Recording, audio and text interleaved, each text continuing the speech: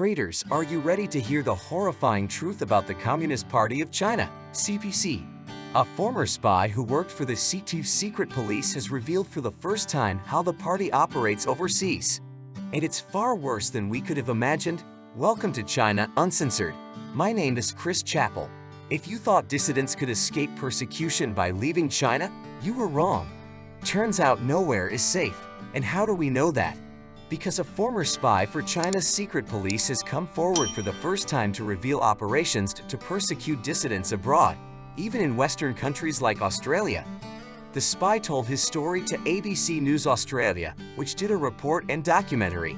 Spyro is known by the alias Eric, but for 15 years, Eric worked for the Political Security Protection Bureau, also known as the First Bureau, which doesn't sound sinister at all. It's a secret arm of China's Ministry of Public Security, the organization that oversees both police and spies, which doesn't sound sinister either. China's Ministry of Public Security has the same two functions as the KGB, the Stasi and Taibao. They have the right to investigate, to gather information, and they also have the right to enforce laws. Today, it's still the darkest department of the Chinese government. This is the first time someone from this department has spoken out publicly. So why would someone risk being caught by the CCP's long arm by exposing the CCP's long arm? Why are you giving this interview? I believe that the public has the right to know about the secret world. There are some things I still believe in, freedom and justice. So this gives me the courage to make a different choice. Wow, I have nothing to say to that. This guy has balls of steel. Eric's belief in freedom and justice dates back to his youth. Eric says he started out as a young university student who joined the Social Democratic Party of China, a group that advocates for democracy in China and an end to CCP rule. After sharing information about the party's annual meeting on social media, he was interrogated and forced to sign a document pleading guilty to opposing the Chinese government. But don't worry, the CCP was merciful, at least more merciful than usual. Instead of prison, Eric was given a second chance. A chance to become a spy for China. So what choice do you think I have? Become a spy or die? Can I think about it for a minute? But that's how the CCP operates.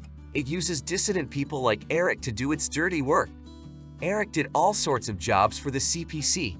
He infiltrated the pro-Tibetan movement, met with the Dalai Lama, and passed on confidential information about the Tibetan government. He was also involved in China's policy plans for the Tibetan government in exile. In addition, he participated in all kinds of provocations. One of his targets was the political cartoonist Wang Liming, better known as Rebel Peppers. I have often shared his work. Rebel Peppers is a cartoonist whose political satire is particularly disliked by the CCP. I have no idea why. Eric's job was to lure Rebel Peppers, who was living in Japan at the time, to Cambodia, where he could be arrested and returned to China. To get Rebel Peppers, Eric posed as a planning supervisor for a Cambodian corporation that wanted to hire a cartoonist to design logos. The company even used Rebel Peppers' designs at its events, and Eric arranged for inflatable versions of the logos to be placed to make the whole scheme seem plausible. That's the lengths to which PDA is willing to go to make sure no one sees the cartoons mocking it. Like this one, for example. The PDA hates to be circulated, so I'll leave a link to it below so you know not to share it. Please don't share it. After demonstrating the company's use of his logos, Eric invited Rebel Peppers for a personal interview in Cambodia. Fortunately, the cartoonist's wife suspected a trap. Rebel Peppers was lucky, but another Chinese dissident, Hua Yang, was not so lucky. Hua Yang became famous for documenting the mass evictions of Beijing migrant workers and protesting the events in Tiananmen Square. Depicted in this Rebel Peppers cartoon that the CCP hates to spread. Seriously, it would be a shame if people spread this cartoon. To get close to Hua, Eric posed as someone who wanted to form an overseas pro-China democracy group and overthrow the CCP. To make his story look plausible, Eric formed a fake anti-communist militia called BB.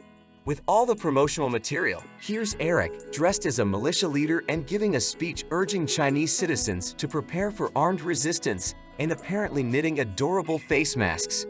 Just because you're a revolutionary doesn't mean you can't be cozy. Eric kept in touch with Hua even after he had been granted asylum in Canada. He gave his handler intelligence about Hua, including his phone number, address, places he visited, and people he met. In November 2022, Hua was found dead. Allegedly, he drowned while kayaking alone, which didn't seem suspicious at all. In fact, sadly, Canadian police didn't even find it suspicious. His death didn't even make the news. But here's what's interesting. You know, that fake Gang V that Eric created.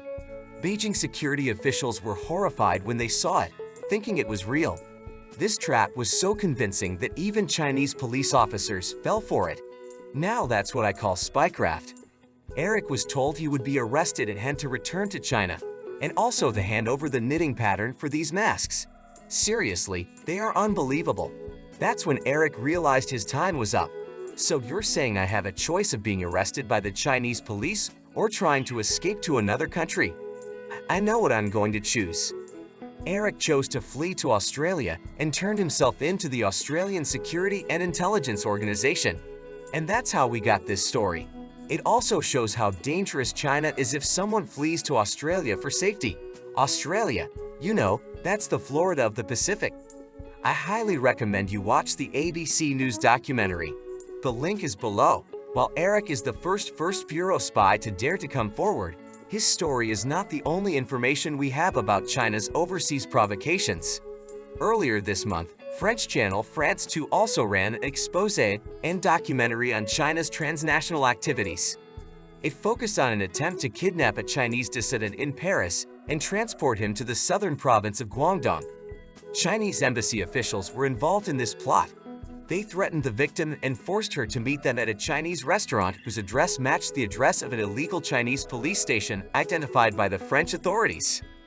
Yes, remember all those illegal Chinese police stations that opened up all over the world? Even in New York City. That's right, the dissident managed to escape at the airport, and airport officials were able to intervene. You know, the CCP is so evil that you start thanking God for airport security.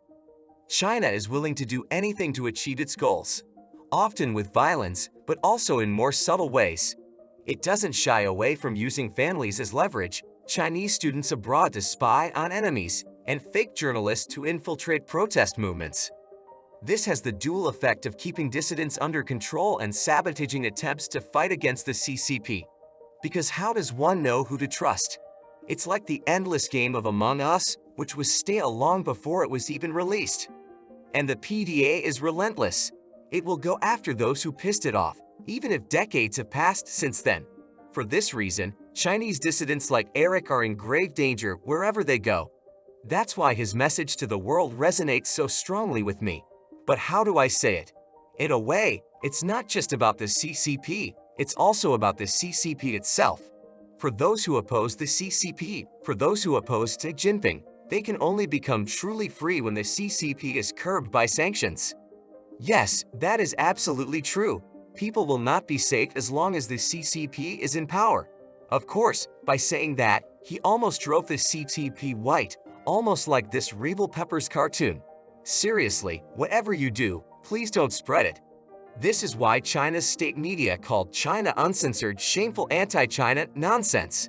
And that's why the US can't treat China as a normal country to cooperate with despite some minor disagreements. Granted that those minor disagreements include using rape as torture and removing organs from political prisoners. The goal should be to end the existence of the CCP. Thank you very much for watching. Don't forget to put a like and subscribe to the channel. Wishing you a great mood and a good day.